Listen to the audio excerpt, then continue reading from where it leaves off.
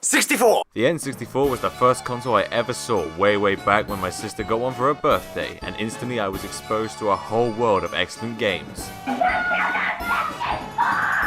And with those games came excellent music, so we're here today to count down the top 10 of those things I just said. Keep in mind that this is my opinion, but part of the fun is hearing what you have to say.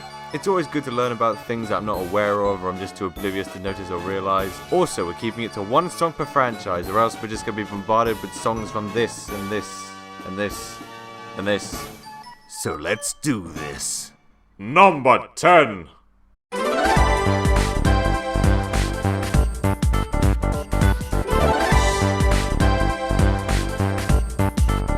For some reason, when I thought up this list, this was the first song that popped into my head. This was the only game on this list that I didn't grow up with, but that doesn't mean I couldn't include music that was new to me.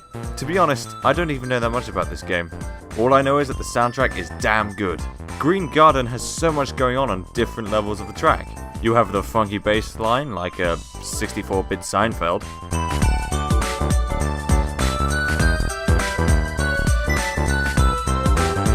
A catchy riff pulled off by the woodwind sounds.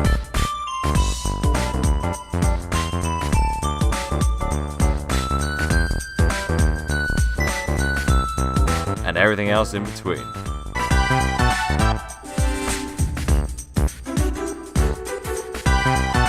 Of course I had to play the game in order to get footage, but I suppose that comes as a plus.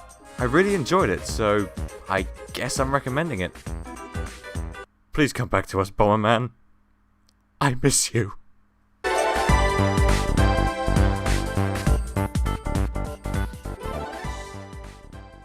Number 9.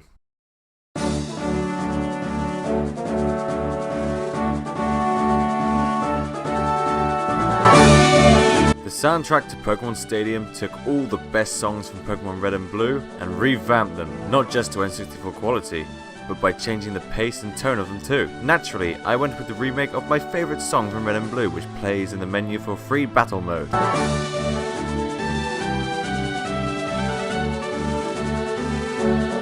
This song originally played on certain routes, specifically 11 and 12, and always got me pumped up for the adventure ahead. I was way too young to play the original games when they first came out, but the version in the remakes is just as good.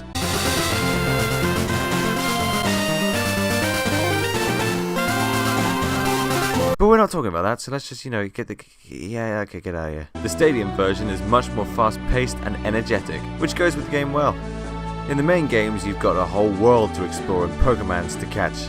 In Stadium, though, it's just Pokemon fighting to the death. It fits it perfectly, and it makes the simple task of picking 6 Pokemon much more epic.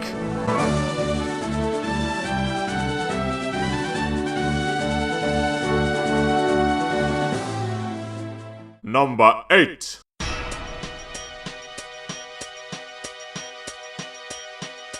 Chasing Stormbean. Chasing Stormbean. Chasing Stormbean again. Chasing Stormbean again still. Chasing Stormbean again. Chasing Stormbean again. Chasing Stormbean again. Chasing Stormbean again! It was impossible. I had no choice but to include a track composed by the legendary Grant Kirkhope, easily my favourite game composer. GoldenEye was one of the many excellent games developed by Rare for the N64, and the soundtrack matches the quality of the game.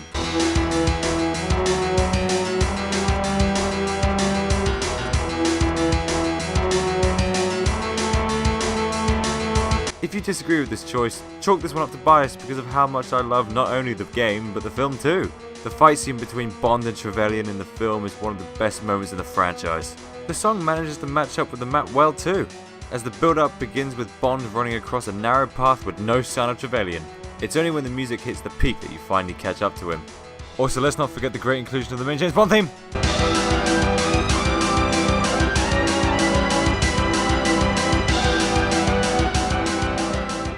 Number 7. Lilith Wars, or Star Fox 64 if you prefer, is a good game.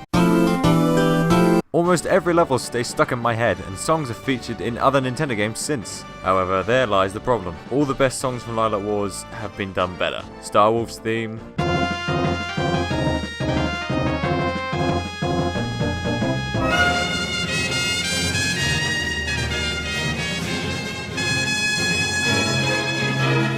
unicorn area.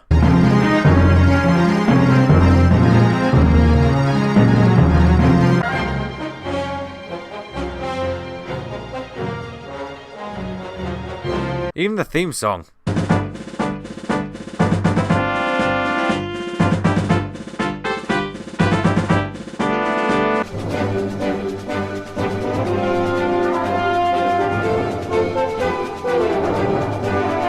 There is, however, one piece of music that sticks out for me, and is actually quite a forgotten one.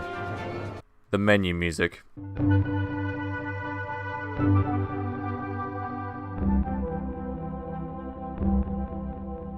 The menu music in Star Fox 64 is actually kind of beautiful. It manages to capture and evoke so many different feelings within its simplicity, some feelings even contradicting. It's solemn and foreboding, yet when I hear it, all I can picture is a lone traveller slowly drifting through space, watching the wonders of the universe unfold around them. Space is a scary place, and for the first time booting this game up, you have no idea what you're going to face. But that's part of the fun. This song perfectly sets you up for the adventure ahead.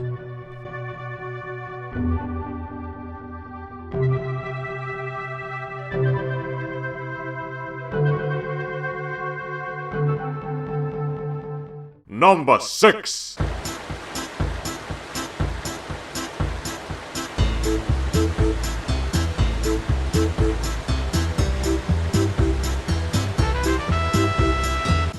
Can't think of anything to say, it's just a really cool song.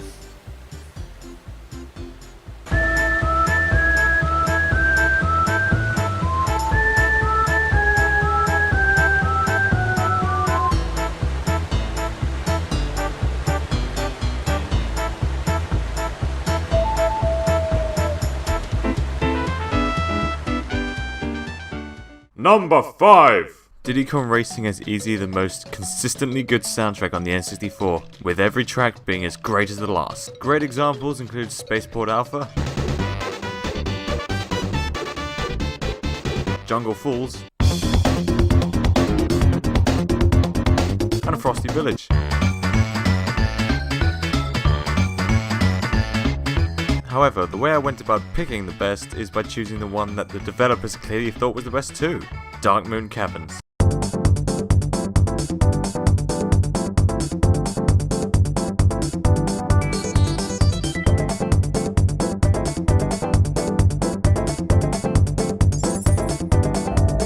This is the song they decided to use during the credits of the game, so it not only reminds me of a kick-ass course, but also beating the game. What's a better feeling than that? Diddy Kong Racing was one of the first games I ever saw, so maybe I'm just sentimental. But when me and my sisters finally unlocked the Future Funland stage, these tracks left an instant impression on us, and Dark Moon Caverns came along with its funky tune. David Wise did a wonderful job on the soundtrack, as well as the Donkey Kong Country series. I'm so glad he's on board to do part of the soundtrack for Yooka-Laylee along with Grant Kirkhope. Oh, it's gonna be good.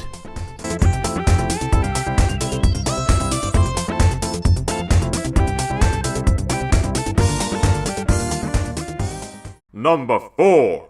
Once again, I have to bring up Grant Kirkhope. Every game he touches has a golden soundtrack. Easily his crowning achievement though is Banjo-Kazooie. You all know it, and it's basically a fact at this point that Banjo-Kazooie has one of the most diverse and memorable soundtracks. So which song did I go with? Well, I initially picked the final boss music because it matches the grand scope of the situation, but after chatting with some friends, I finally settled on Freeze Easy Peak. Thank you, Mr. Lovitz. Buy my book. John, shh! Buy my book. Buy my. Freeze Easy Peak is the quintessential ice level, and in order to earn that title, it brings along a great melody that travels as the player does. As the player enters the level, the music already begins as it slowly builds up.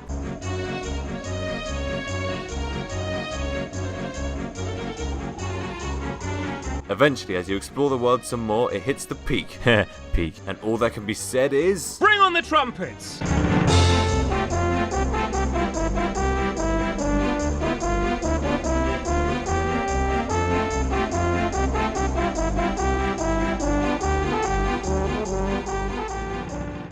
Number 3. I noticed that all the songs on this list all capture a different feeling.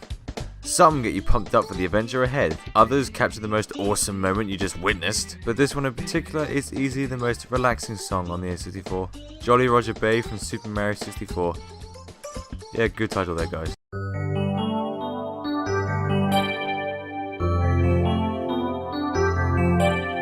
The way the calming, serene music comes in as you get to freely explore water in 3D as Mario for the first time is beautiful. Before this, underwater segments in Mario games always seemed really frantic with the emphasis on not dying. In Mario 64 though, you can just go at your own pace and just let the music coupled with the atmosphere envelop and immerse you.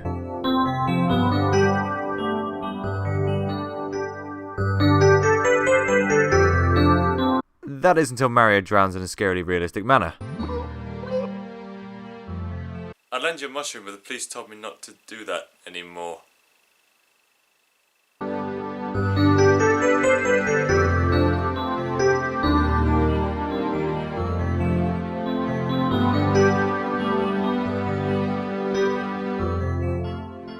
Number 2.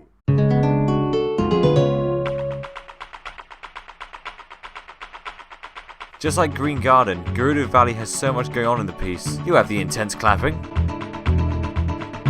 el flamenco guitar,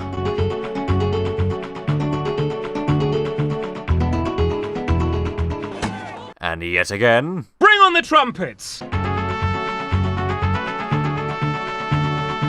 like Wily's Castle from Mega Man 2, this is a song that I always hear when it comes to gaming. Possibly because people overuse it, but that's the thing. People overuse it for a reason. It stands out. Nowhere else in the game do you hear music like this, especially since Gerudo Valley is one of the more exciting places to go in Hyrule. I sure love it anyway. An exotic song that builds atmosphere while also being catchy. The best kind of song.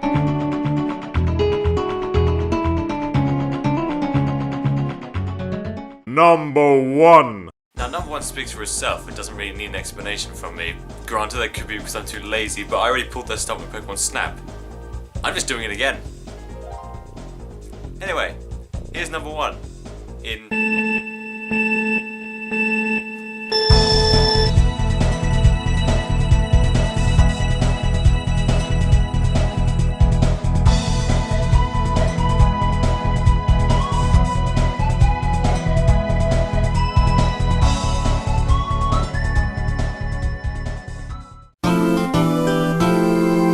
This is a video I made, and this is a video you watched, so thank you so much for doing so.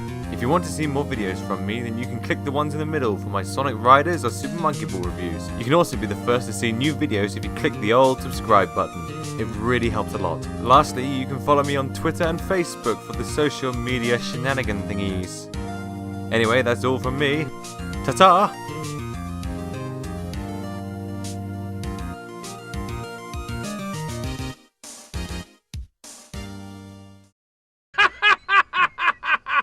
Trumpets!